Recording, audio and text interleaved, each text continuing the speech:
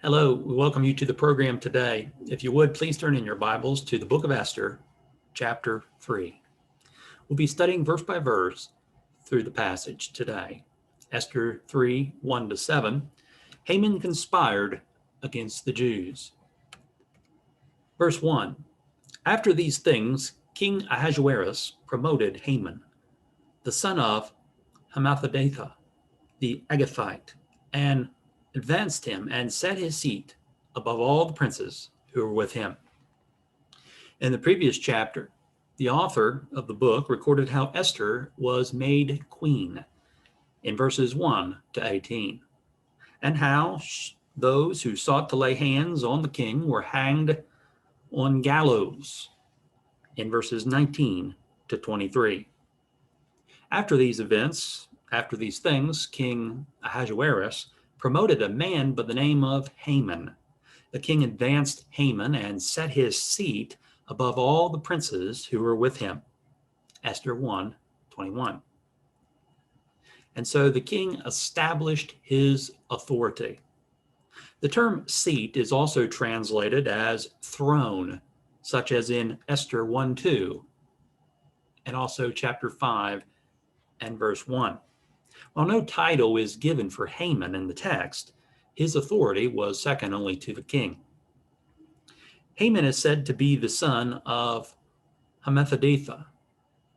Haman's father was called the Agagite.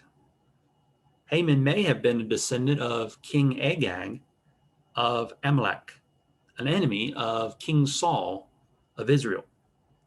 You can read more about that in 1 Samuel chapter 15. Saul himself was said to be a Benjamite, 1 Samuel 9 and 21. As Agag was the enemy of Saul, so we read in the Book of Esther that Haman would be the enemy of Mordecai, who was a Jew of the tribe of Benjamin, as was Saul, in Esther 2 and verse 5. Verse 2.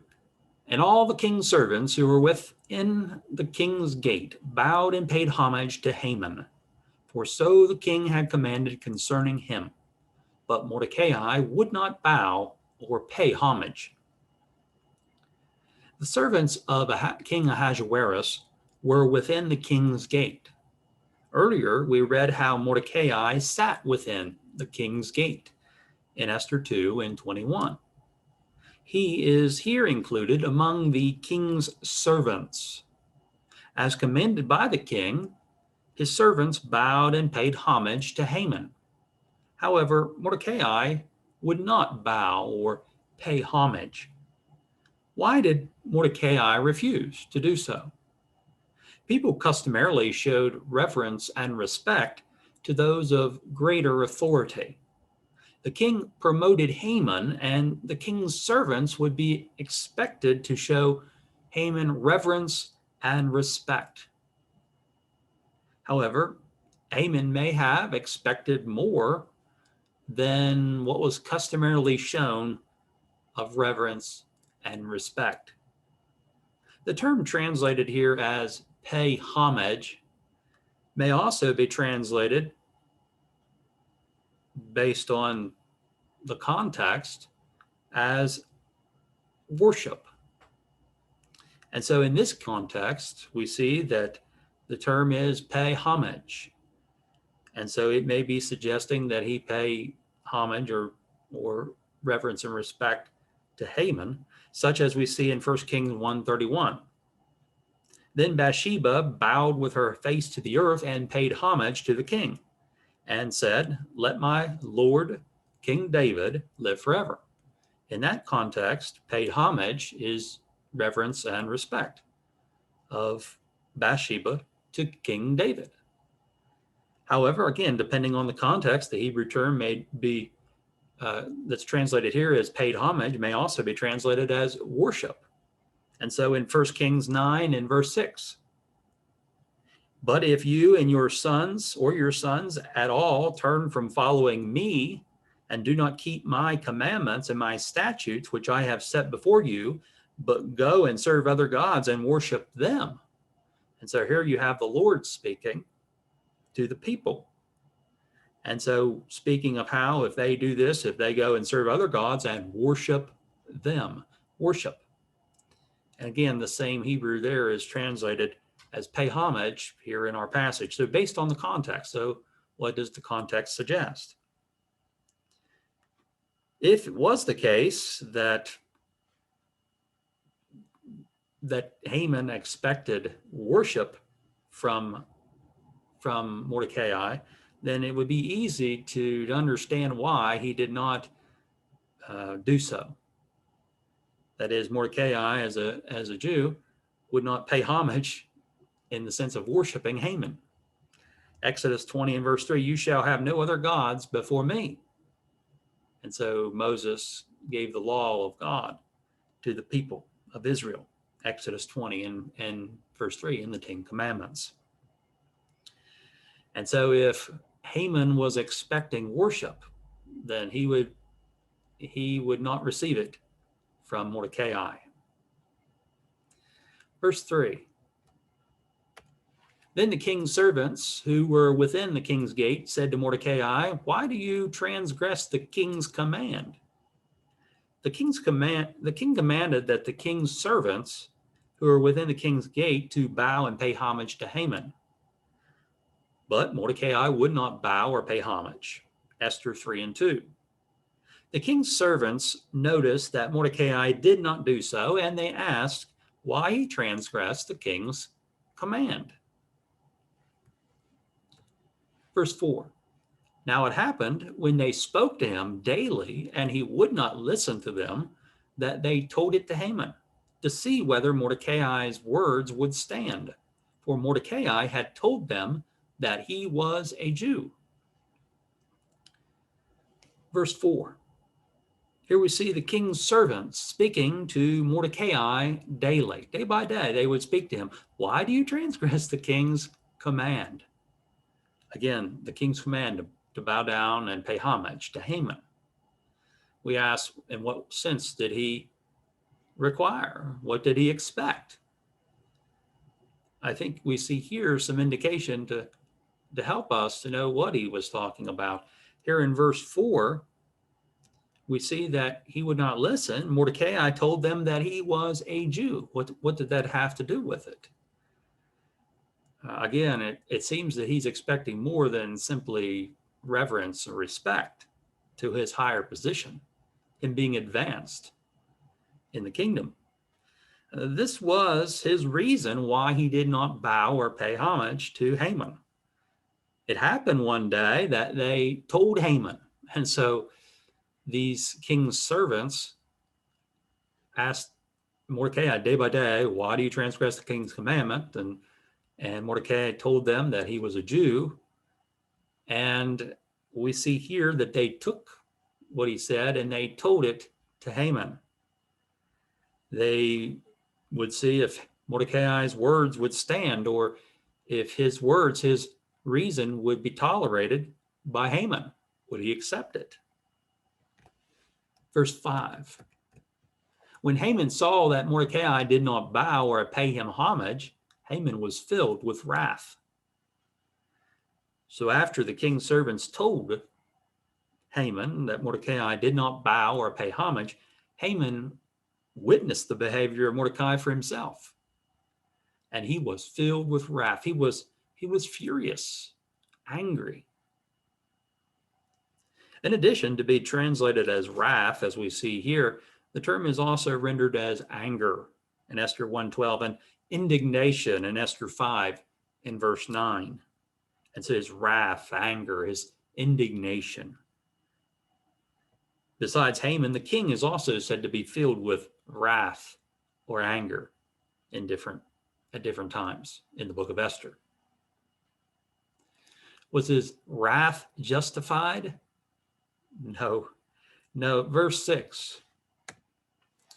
But he disdained to lay hands on Mordecai alone, for they had told him of the people of Mordecai. Instead, Haman sought to destroy all the Jews who were throughout the whole kingdom of Ahasuerus, the people of Mordecai.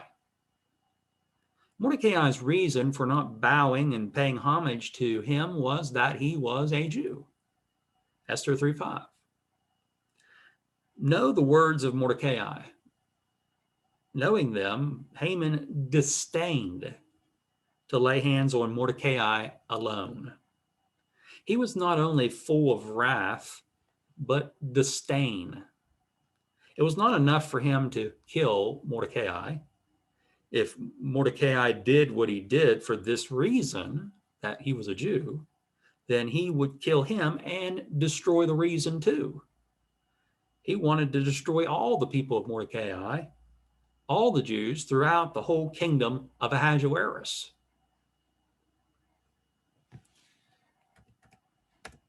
In the first month, which is the month of Nisan, in the 12th year of King Ahasuerus, they cast that is, the lot, before Haman to determine the day and the month until it fell on the 12th month, which is the month of Adar.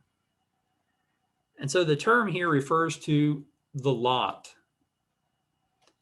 The casting of lots was similar to our casting of dice, with the lot being cast in order to make a decision. In the presence of Haman, the lot was cast and it fell on the month of Adar, which was the 12th month. It's noteworthy that the lot was cast before Haman ever approached King Ahasuerus with the plan, with his suggestion for the people. To help wrap our minds around the timeline, compare these three events. We noted earlier that the reign of King Ahasuerus, or Xerxes, was from 486 to about 465 BC. We see in Esther 1 and verse 3 that he made a feast. This was the third year, about 483 BC. Later, we see that he made Queen Esther Queen, in Esther 2 and 16. This occurred the seventh year, about 479 BC. And third, we see the casting of the lot in Esther 3 and 7. This occurred the 12th year of his reign, about 474 BC. Second, in verses 8 to 11, we see how King Ahasuerus gave Haman authority. Then Haman said to King Ahasuerus, "There is a certain people scattered and dispersed among the people in all the provinces of your kingdom. Their laws are different from all other peoples, and they do not keep the king's laws. Therefore, it is not fitting for the king to let them remain." And so Haman spoke to King Ahasuerus. Haman told the king of a certain people who were scattered and dispersed among the people in the provinces of the king's kingdom. At that time, he did not mention in the text that the people were the Jews. He just said, there's a certain people, they're dispersed, they're scattered among the people of your kingdom, and that their laws are different from other people's laws, and they do not keep your laws.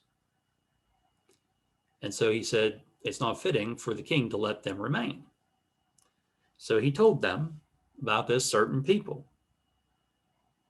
and how their laws were not as his laws. Again, he did not mention at this time the name of the people. However, these were the people of Mordecai, the people of the Jews, Esther 3 and 6. The law Haman was concerned with was that Mordecai bow and pay homage to him. As Mordecai would not pay homage to him, he would make his people pay with their lives. And so we see his fury, his wrath that he wished to unleash upon the people. Verse 9, if it pleases the king, let a decree be written that they be destroyed, and I will pay 10,000 talents of silver into the hands of those who do the work. to bring it into the king's treasuries. Haman did not merely say that the people not be permitted to remain in the kingdom.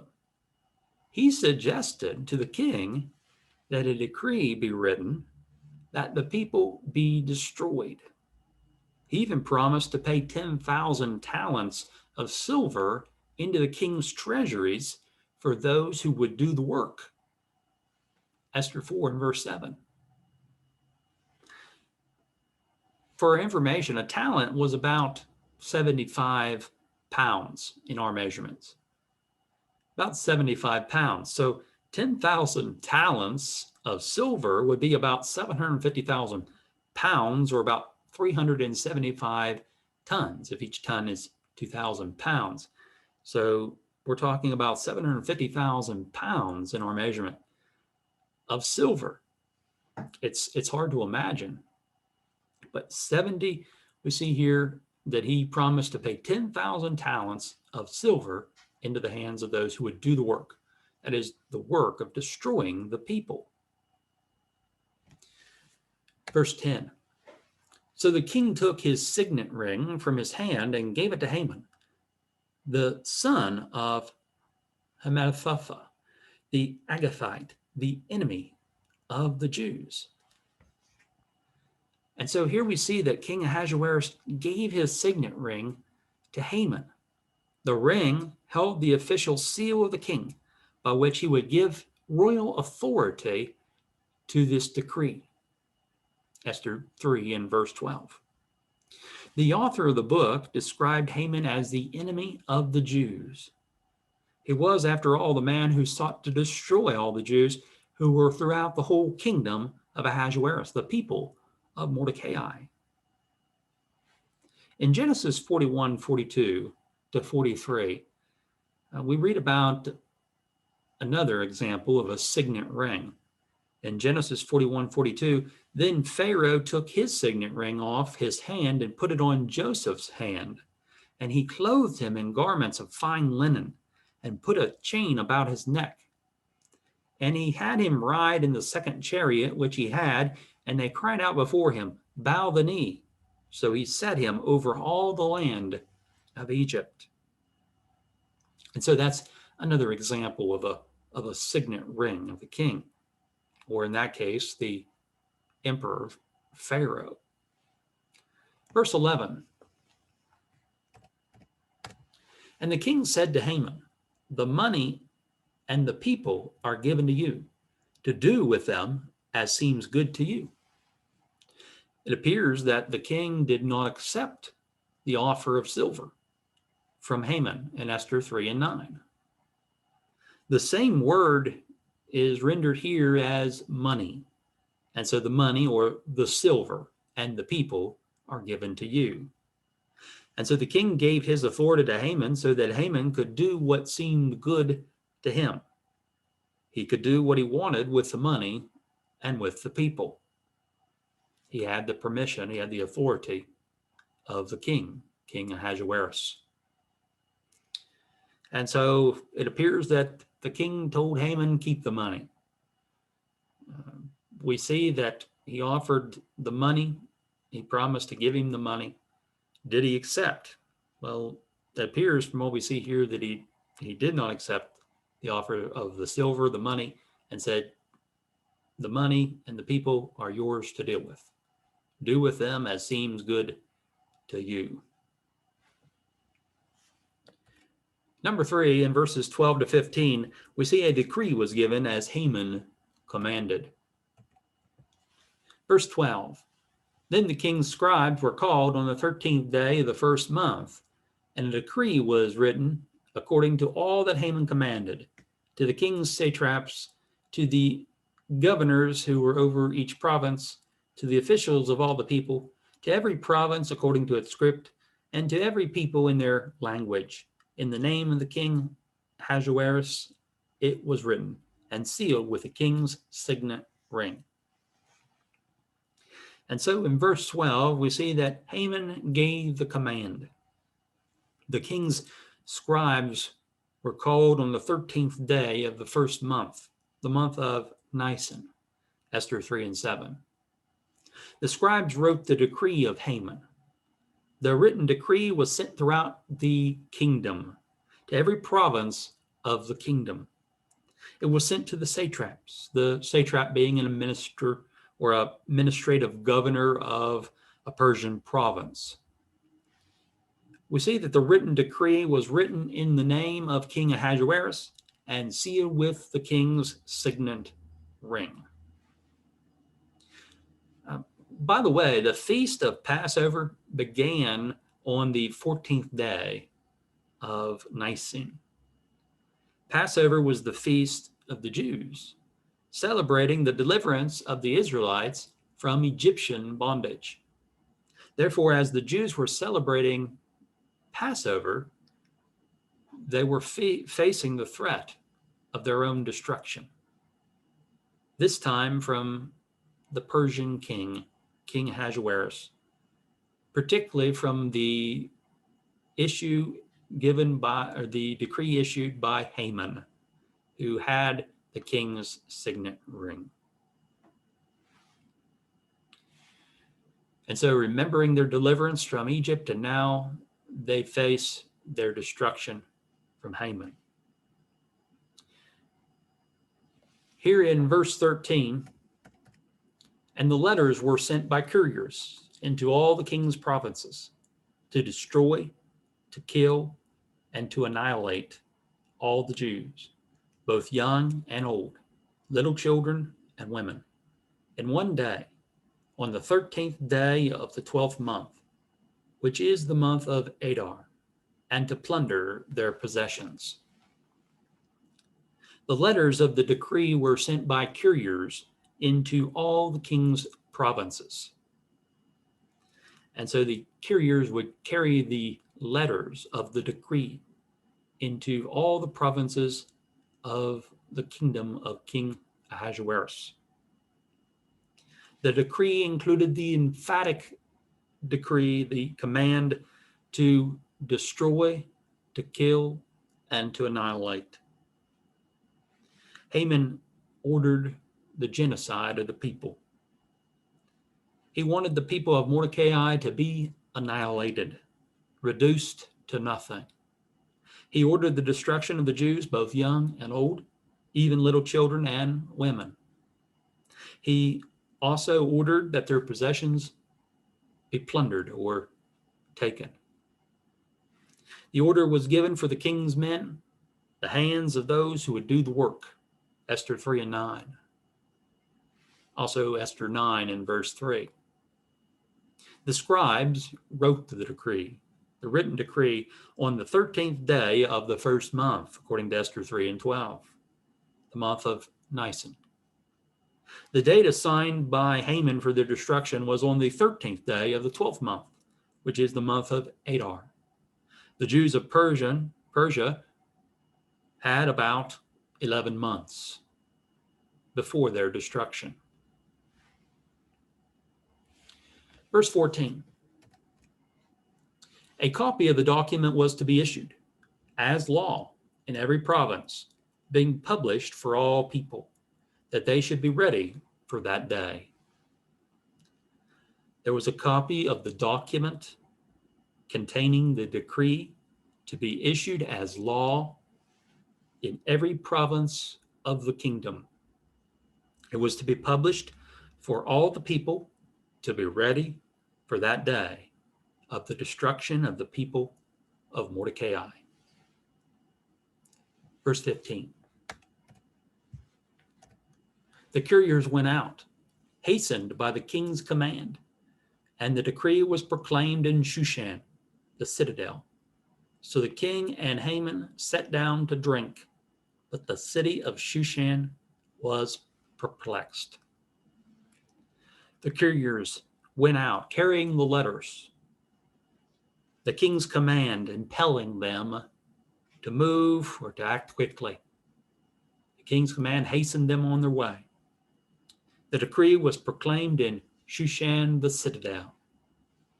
Haman was the kind of man who orders the destruction of men, women, and children, and afterwards sits down to have a drink with the king. What a man. We see more about the kind of man that Haman was, the enemy of the Jews, as described by the author of Esther. We see here that Shushan was perplexed. The people of the city were filled with uncertainty.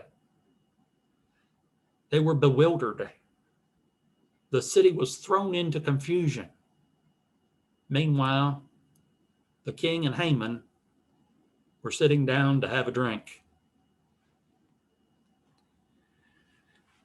What about the people of the city? Many of the people were probably confused about the command. Why? Why do this? Here you have the people, the Jews, living with the people of the land, of the city of Shushan, and the people of the provinces. And here's the order given by Haman, here in this decree. And the people were bewildered. They were perplexed. Haman was arrogant, to say the least. Mordecai would not bow or pay homage to him, and so he was filled with wrath. Think about it. How many people did not bow and pay homage to Haman? And yet, one that we know, Mordecai, did not bow or pay homage to him. Would he have even noticed that he did not bow or pay homage to him, if not told by someone else? Who knows? All we know is what we see here from the text of Esther, that he was filled with wrath. He was so disdained of Mordecai, so disdained that he schemed to destroy all of his people. He was not only angry, but he felt contempt for Mordecai as unworthy and inferior. It wasn't just about him not bowing and paying homage to him, but that he viewed Mordecai as inferior and unworthy.